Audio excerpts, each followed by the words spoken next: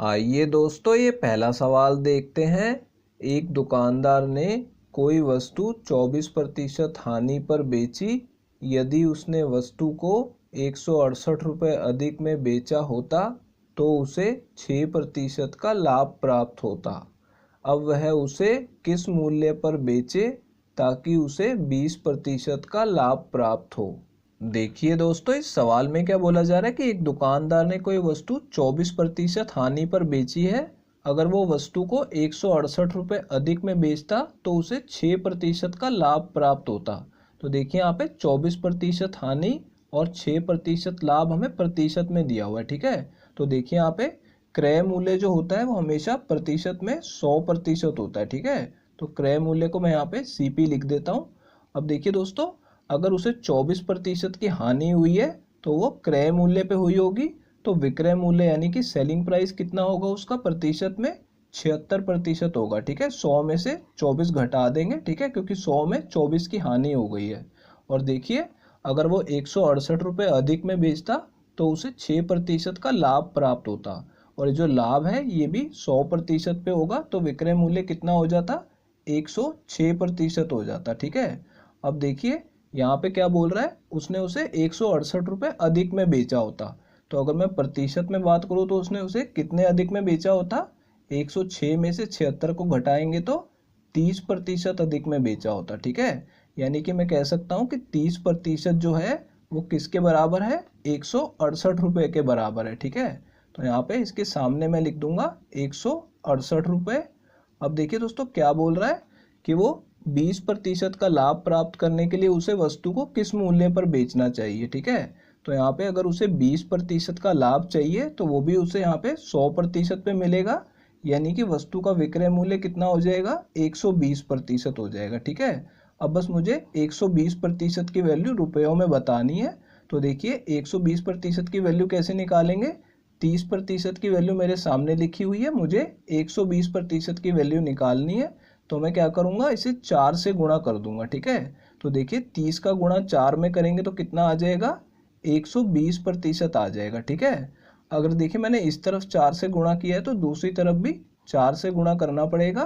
तो यहाँ पे इसकी वैल्यू आ जाएगी, देखिए 4 अट्ठे 32 होगा तो 2 लिख देंगे और 3 हासिल में चला जाएगा, और 4 से 24 और 3 27, तो यहाँ पे 2 हासिल में चला जाएगा, और देखिए 4 एकम 4 और 2 6, यानी कि रुपयों में कितनी वैल्यू आ गई, 672 रुपये। तो यानी कि दोस्तों देखिए यहाँ पे उसे वस्तु को 672 रुपये में बेचना होगा ताकि उसे 20% का लाभ प्राप्त हो। तो देखिए दोस्तों, कौन सा ऑप्शन करेक्ट है, ये तीसरा ऑप्शन करेक्ट है। आइए दोस्तों, ये अगला सवाल देखते हैं। किसी वस्तु को 1088 रुपये में बेचने पर दुकानदार को 28% का लाभ प्राप्त होता है, तो उसे 748 रुपये में बेचने पर उसे कितने प्रतिशत की हानि होगी, हमें बताना है दोस्तों।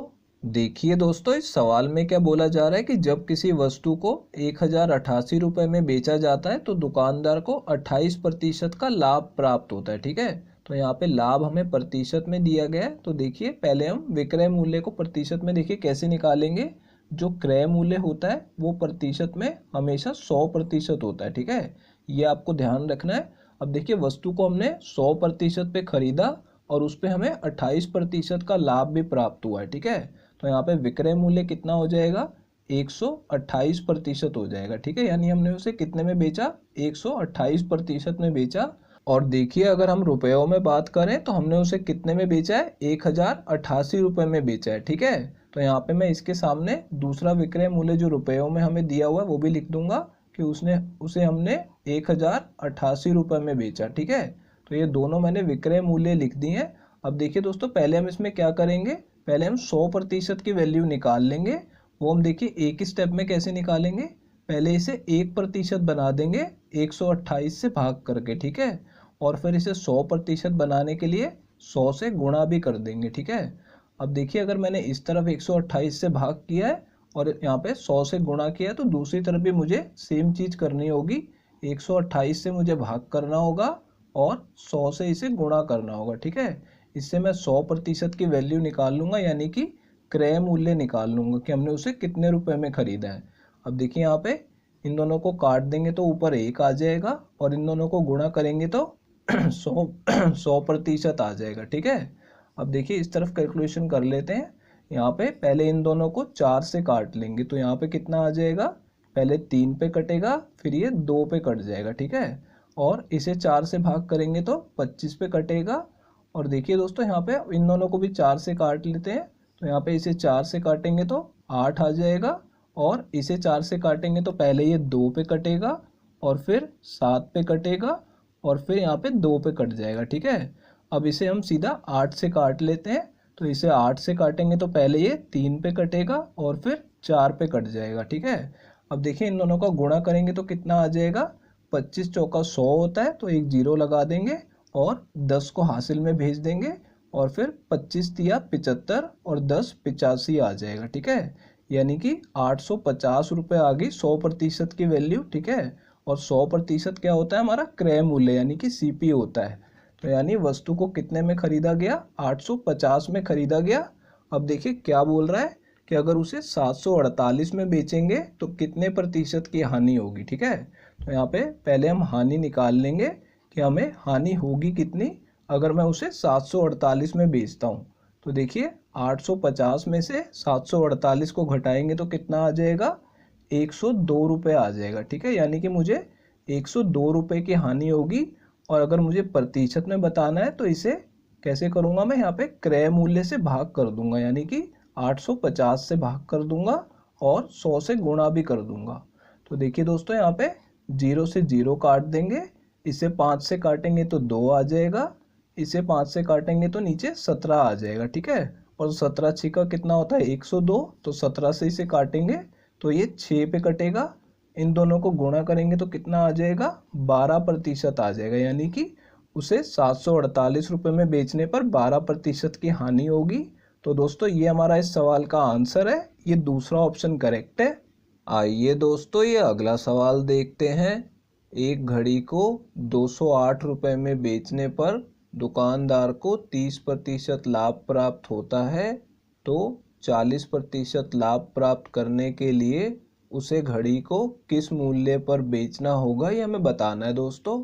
देखिए दोस्तों इस सवाल में हम शॉर्ट ट्रिक कैसे लगाएंगे। यहाँ पे क्या बोला जा रहा है कि जब एक घड़ी को 208 रुपये में बेचा जाता है तो दुकानदार को 30% का लाभ होता है। ठीक है, और अब उसे 40% का लाभ प्राप्त करना है। तो देखिए यहाँ पे दोनों लाभ हमें प्रतिशत में दिए हुए हैं, और प्रतिशत में जो हमारा क्रय मूल्य होता है वो हमेशा 100% होता है, ये मैंने आपको बताया है। ठीक है, तो यहाँ पे हमारा विक्रय मूल्य यानी कि सेलिंग प्राइस कितना हो जाएगा, जब उसे 30% का लाभ प्राप्त हो रहा है तो विक्रय मूल्य कितना हो जाएगा, 130% हो जाएगा। ठीक है, तो मैं यहाँ पे 130 लिख लूँगा, और अब उसे 40% का लाभ प्राप्त करना है। ठीक है, तो विक्रय मूल्य कितना हो जाएगा, 140% हो जाएगा। ठीक है, तो उसकी जगह मैं 140 लिख दूंगा, दोनों में प्रतिशत नहीं लगाऊंगा क्योंकि यहाँ पे हम इसे अनुपात में लेने वाले हैं। अगर मैं प्रतिशत लिख भी दूंगा तो प्रतिशत से प्रतिशत को हम काट देंगे। ठीक है, अब देखिए हमने यहाँ पे क्या किया, दोनों विक्रय मूल्यों का अनुपात ले लिया। ठीक है, अब ये अनुपात में तो यहाँ पे देखिए 0 से 0 कट जाएगी, तो विक्रय मूल्यों का अनुपात कितना हो जाएगा, 13:14 हो जाएगा। ठीक है, अब देखिए यहाँ पे हमें क्या बताया गया कि उसने घड़ी को 208 रुपये में बेचा। तो जब उसने 208 रुपये में बेचा तब वो 130% पे बेच रहा था। ठीक है, तो अनुपात में हमारी वैल्यू क्या आई, 13 आ गई। ठीक है, तो 13 के सामने मैं यहाँ पे 208 लिख सकता हूँ। अब देखिए यहाँ पे हमें क्या करना है, हमें बताना है कि जब उसे 40% का लाभ होगा तब उसे घड़ी को किस मूल्य पर बेचना होगा। तो देखिए हम कैसे निकालेंगे, यहाँ पे हमें देखना होगा कि जो 208 है वो 13 का कितने गुना है। अब इसके लिए हमें क्या करना होगा, 208 को 13 से भाग करके देखना होगा। ठीक है, यहाँ पे आपको क्या करना है, 208 को 13 से भाग करके देख लेना है। अब देखिए 13 से इसे काटेंगे तो पहले ये 1 पे कटेगा और फिर 6 पे कट जाएगा, यानी कि ये इसका कितने गुना है, ये इसका 16 गुना है। ठीक है, अगर ये इसका 16 गुना है तो दूसरे वाले अनुपात को भी हमें 16 से गुणा करके अपना आंसर निकाल लेना है। ठीक है, तो देखिए इसे 16 से गुणा करेंगे तो कितना आ जाएगा, 16 चौक 64 होगा और 6 हासिल में जाएगा, 16 एकम 16 और 6 22 आ जाएगा। ठीक है, यानी कितना आंसर आ गया, उसे घड़ी को 224 रुपये में बेचना होगा। तो देखिए दोस्तों ये हमारा इस सवाल का आंसर है, ये पहला ऑप्शन करेक्ट है। दोस्तों अगर ये वीडियो आपको पसंद आई हो तो इसे लाइक कर दीजिए, और दोस्तों अगर आप लोग चैनल पे नए हैं तो चैनल को सब्सक्राइब जरूर कर लीजिएगा, और दोस्तों नोटिफिकेशन बेल को दबाना बिल्कुल मत भूलिएगा। तो दोस्तों इस वीडियो को यहीं ख़त्म करेंगे, आपसे मिलते हैं अब अगली वीडियो में।